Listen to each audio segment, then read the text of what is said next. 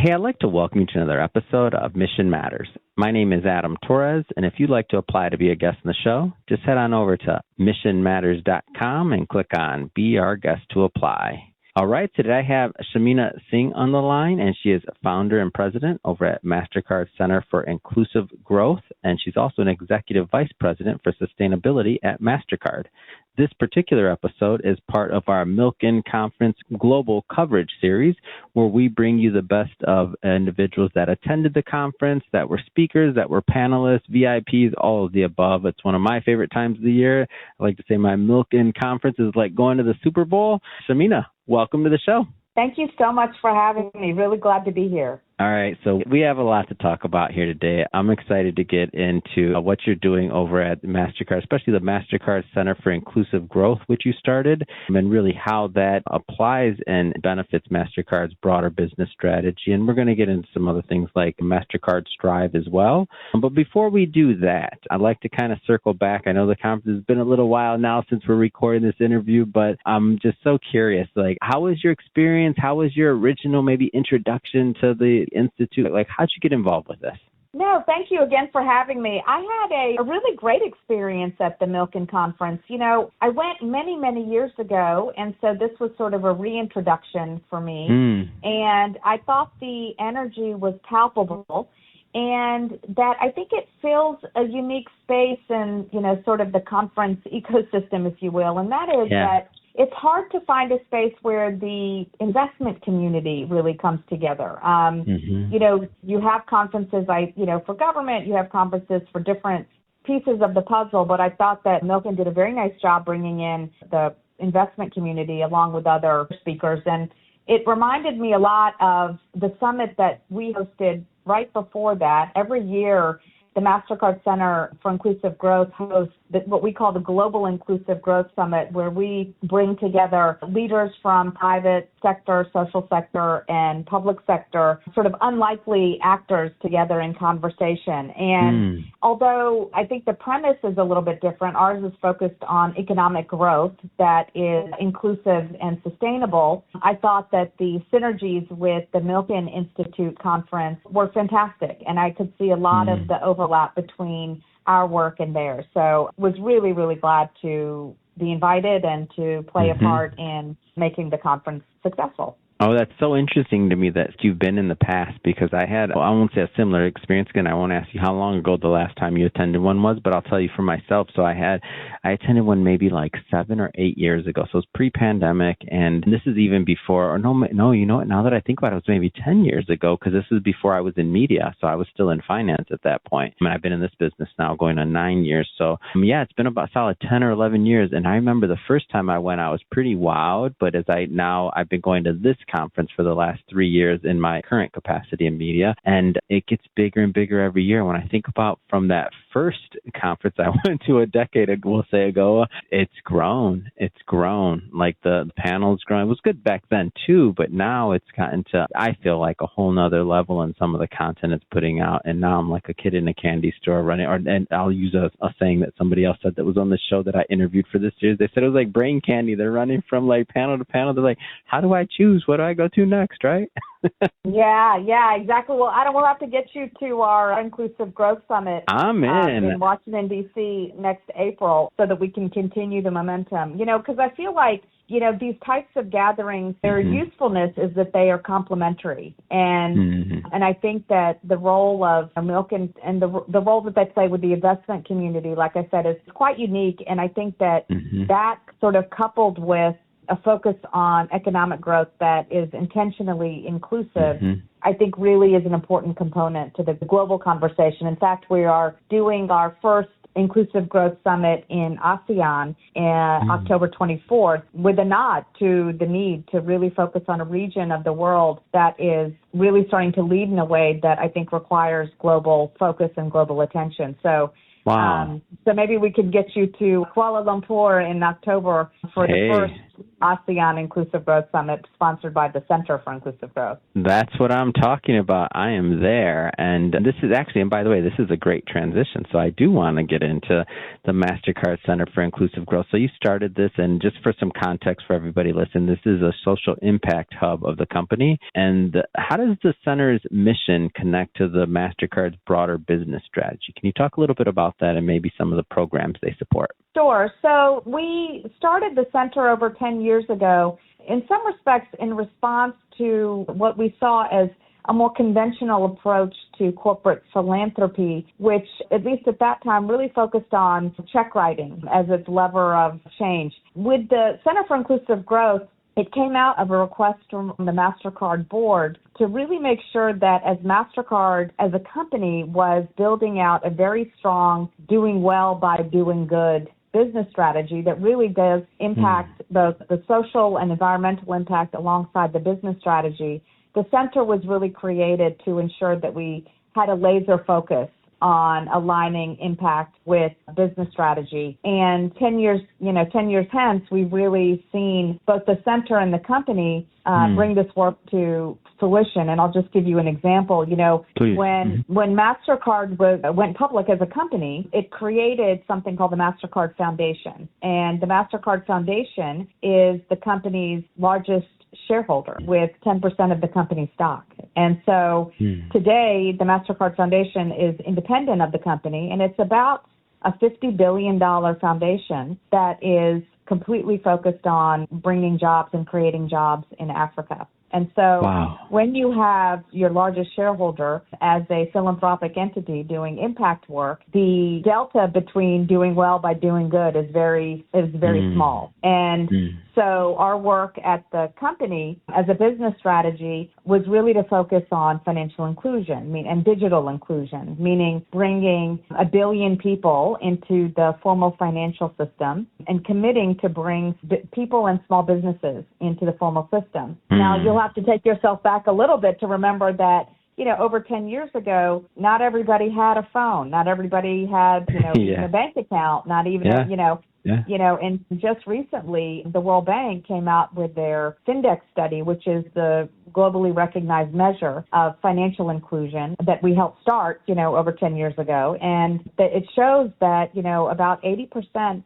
of adults now have an account in the world. And that's a really big deal because when we first started this work, the number was around maybe less than 50%. And it was even worse for women. And so if you think about MasterCard as a technology company in the payment space, you see that, the more people and the more small businesses that can participate in the digital economy that are financially included, ultimately, that's better for MasterCard because MasterCard is working in the digital payment space. And so you can quickly see that financial inclusion as both a social impact strategy and a business strategy gets us close to doing well by doing good as anything I've ever seen. And I think that Center for Inclusive Growth has become the place at the company, but certainly even around the world, that is unapologetically driving private sector growth around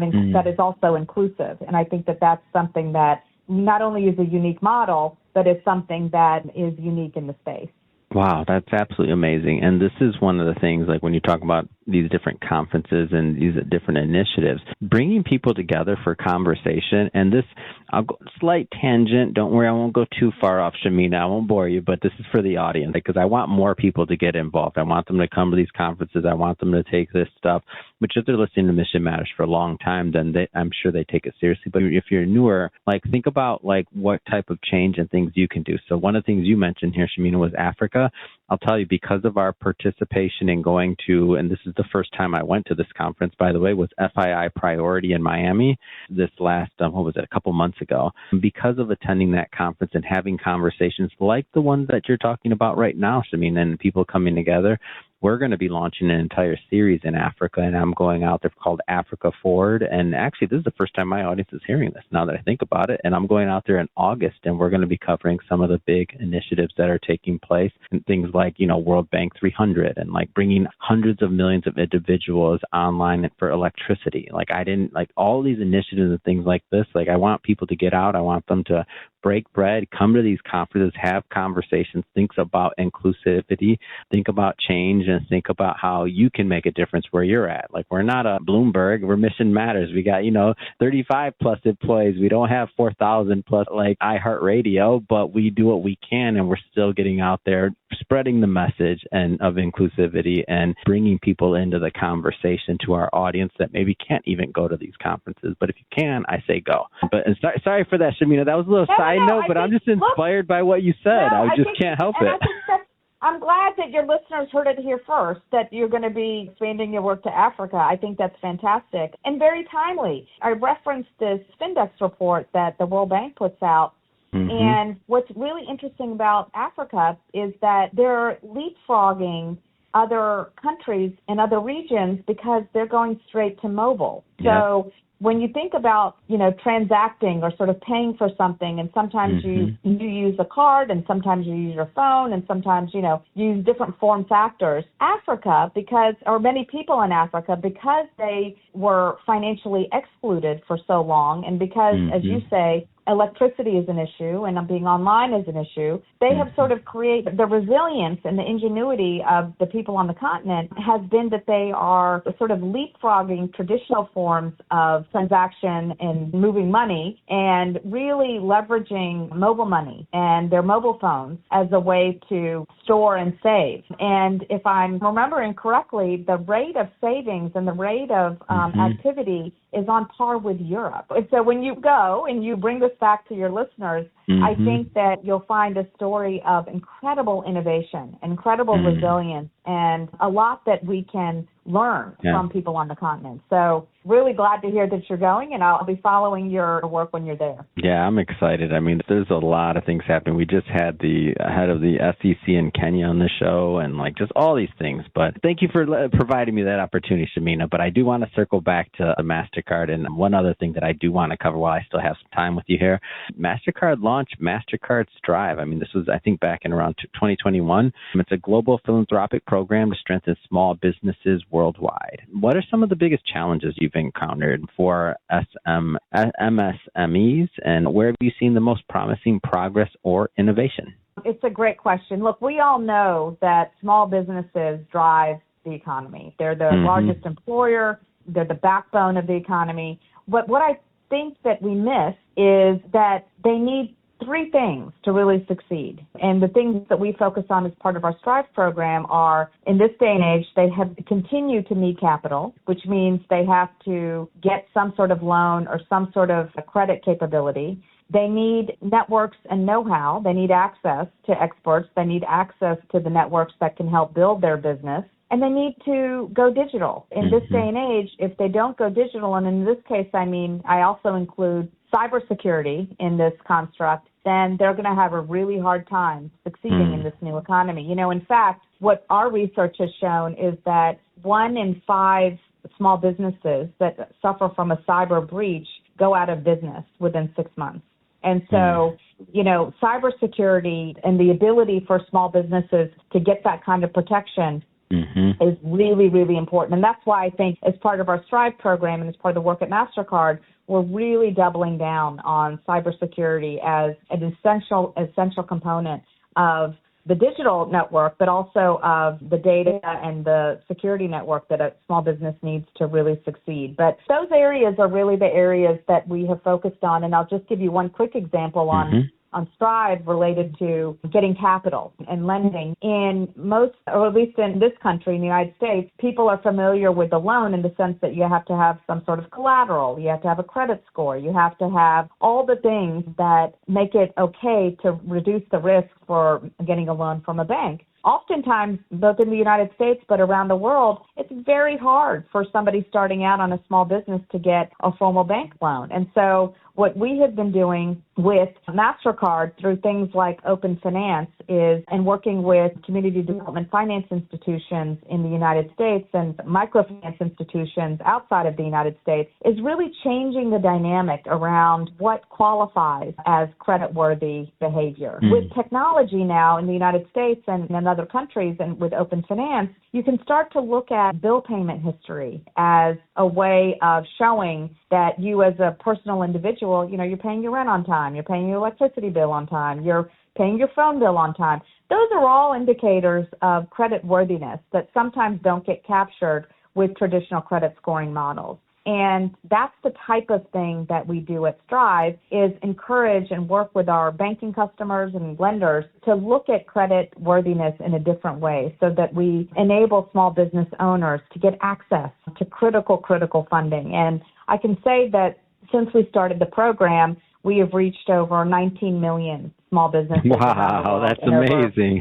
In over 30 countries. And so along the way, we have learned many lessons about helping and working with small businesses. But I would say the biggest lesson is that these strivers, these small business owners that have about, usually between less than 20 employees, have been in business for at least 2 years, have some revenue generation under their belt, really have the ability to succeed if they are supported with the right infrastructure. And so this piece around making sure that they have access to networks that can help expand their business and access to the know-how of helping them build their business is just an essential component. So when you put getting capital, going digital, and creating access to networks and know-how together, I think you really get a sense of how we are approaching the partnership and the work with small businesses around the world, and it seems to be working.